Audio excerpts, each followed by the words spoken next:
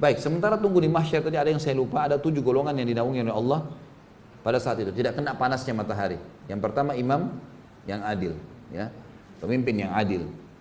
Ini selalu berbuat baik. Banyak ulama mengatakan di antaranya contoh Umar bin Khattab, ya, Abu Bakar, Utsman, Ali dan seterusnya yang datang setelah mereka memiliki keadilan. Sampai hari kiamat berlaku tentunya siapapun orang muslim yang memiliki keadilan dalam pemimpin. Yang kedua adalah seseorang yang hatinya terikat dengan masjid. Kata sebagian ulama hadis yang dimaksud adalah antara azan dan azan. Dia sibuk dengan itu. Azan ke masjid. Pokoknya terikat diri dengan masjid. Rajulun mu'allaqun qalbu bil masajid namanya. Kemudian yang ketiga adalah dua orang yang saling mencintai karena Allah.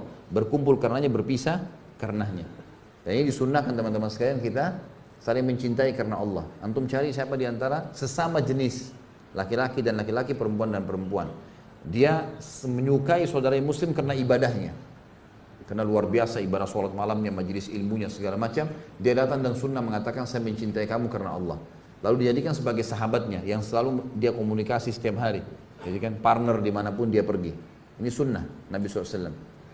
Makanya waktu beliau datang ke Madinah, beliau membangun asas negara ada 3. Ya. Pertama bangun masjid Kuba dan Masjid Nabawi sebagai basis. Maka setiap orang yang mau membangun sebuah komunitas muslim harus ada masjidnya dulu. Kemudian yang kedua, mempersaudarakan muhajirin dan ansar, ini yang kita bahas. Yang ketiga adalah menulis kesepakatan dengan orang-orang kafir di Madinah agar membela bersama-sama Madinah. Ini asas negara kata para ulama yang mestinya ada bagi setiap muslim. Baiklah. Pada saat itu orang yang bersaudara karena Allah, berkumpul karenanya, berpisah karenanya akan mendapatkan juga naungan Allah Subhanahu wa taala. Ini yang keberapa? Yang ketiga. 2 dari mana? Yang keempat, seorang laki-laki masuk dalamnya kata para ulama perempuan. Seorang laki-laki yang dipanggil oleh seorang wanita yang cantik, memiliki kecantikan dan kedudukan. Bisa kekayaan, bisa jabatan, bisa ke jalur nasab, jalur keturunan yang mulia. Sempurna, sudah cantik, sudah pintar, sudah kaya, segala macam, menggoda sekali sebenarnya, mengajak dia berzina, lalu dia mengatakan saya takut karena Allah. Ya. Kemudian yang kelima adalah seseorang yang mengingat mengingat Allah sendirian lalu dia menangis. Ya. Ini juga fadilah orang yang menangis karena Allah Subhanahu wa taala, ya. Makanya dalam hadis lain dikatakan tidak akan tersentuh api neraka 2 mata yang menangis karena Allah. Jadi dia lagi sholat malam, dia ingat dosanya, dia bertobat sama Allah, dia ingin masuk surga, minta surga, dia ingin minta diberkahi, minta diselamatkan dan seterusnya. Ini adalah orang-orang yang jelas masuk di sini. Ya. Kemudian yang keenam adalah orang yang berinfak dengan infak atau sedekah yang dia keluarkan dengan tangan kanannya sampai tangan kirinya tidak tahu. Tentu kata ulama hadis ini dimaksud ya, kinayah dalam arti kata tangan kanan, tangan kiri. Kalau kita keluarin ini saya kasih marwan air, tetap aja tangan kiri ada di sebelah saya. Tapi ini gambaran, artinya kalau tangan kirinya tidak tahu, maksudnya adalah orang lain. Kalau tangan kiri tidak tahu, apalagi orang lain. Saking dirahasiakannya dia. Sedekah itu dirahasiakan. Itu akan masuk sebagai orang yang dinaungi nanti. Jadi dia suka bersedekah. Ini fadilah orang yang bersedekah, tapi dirahasiakan. Jangan baru sedekah 1.000 rupiah sudah satu kampung tahu. Kan? Harusnya memang dirahasiakan, gitu kan? Ini sudah sumbang AC. Oh, si fulan sudah sumbang sekian. Tidak perlu sebut. Urusan antum dengan Allah Subhanahu wa taala sudah selesai. Ya, amal baik sudah dicatat oleh malaikat. Tentu ada sekretarisnya Allah Subhanahu wa taala. Mata Anda kutip di sini ya. Ini artinya Allah Subhanahu wa taala menjadikan untuk kita penulis, sekretaris kita ini menulis semuanya amal-amal saleh kita. Yang terakhir yang ketujuh siapa yang tahu? Hah? Ada yang ingat enggak? Hah? Pemuda yang tumbuh di jalan ketaatan kepada Allah. Ini sengaja saya terakhirkan teman-teman untuk antum paham. Jadi ternyata anak muda itu kalau dia dalam keadaan ketaatan kepada Allah punya fadilah. Kalau antum pernah melalui masa-masa ada dosa teman-teman sekalian, jangan wariskan ke anak-anak. Biarkan dia tumbuh dalam ketaatan.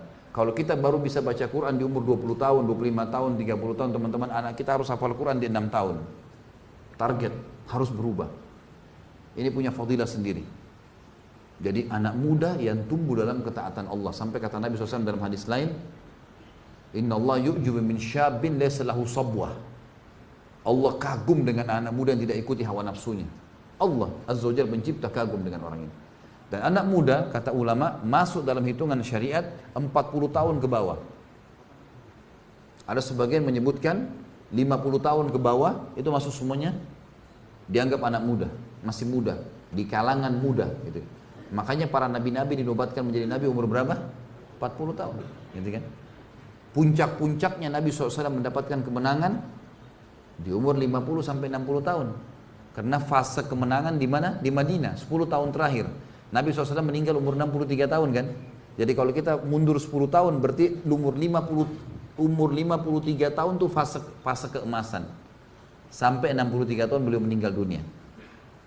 Kalau dalam ilmu tarbiyah disebutkan bahwasanya kejiwaan maksudnya, ya, tapi di dalam agama, pandangan agama ya, itu dibagi fase-fase semangatnya orang per 20 tahun. 20 tahun pertama itu puncaknya fase keemasan. Di situ orang mau punya prestasi. Umur 20 tahun kedua berarti 40 tahun. Itu fase di mana orang mengejar sebuah prestasi. Apa ini? Saya harus jadi apa? Yang ketiga fase 60 tahun. 20 tahun yang ketiga. Ini puncak-puncaknya juga orang mengejar. Biasanya umur-umur 60 tahun itu kalau orang biasa di akademik, dia berusaha mengejar prestasi tertentu. Karya tulis kah, gelar profesor kah, apalah ya. Seperti itulah ya. Jadi dia mau pengen punya prestasi tertentu. Yang jelas teman-teman sekalian, di sini yang terakhir adalah anak muda, dan bersyukurlah kita karena ada pendapat ulama yang mengatakan 50 tahun ke bawah. Masih dihitung, berarti dengan kita menjaga ketaatan pada Allah di umur-umur kita sekarang, insya Allah kita termasuk di dalamnya, gitu kan? Maka ini poin penting teman-teman sekalian. 7 orang ini dapat naungan Allah, di mana naungan tidak ada naungan kecuali naungan Allah pada saat itu. Baik, kita masuk ke masalah timbangan amal.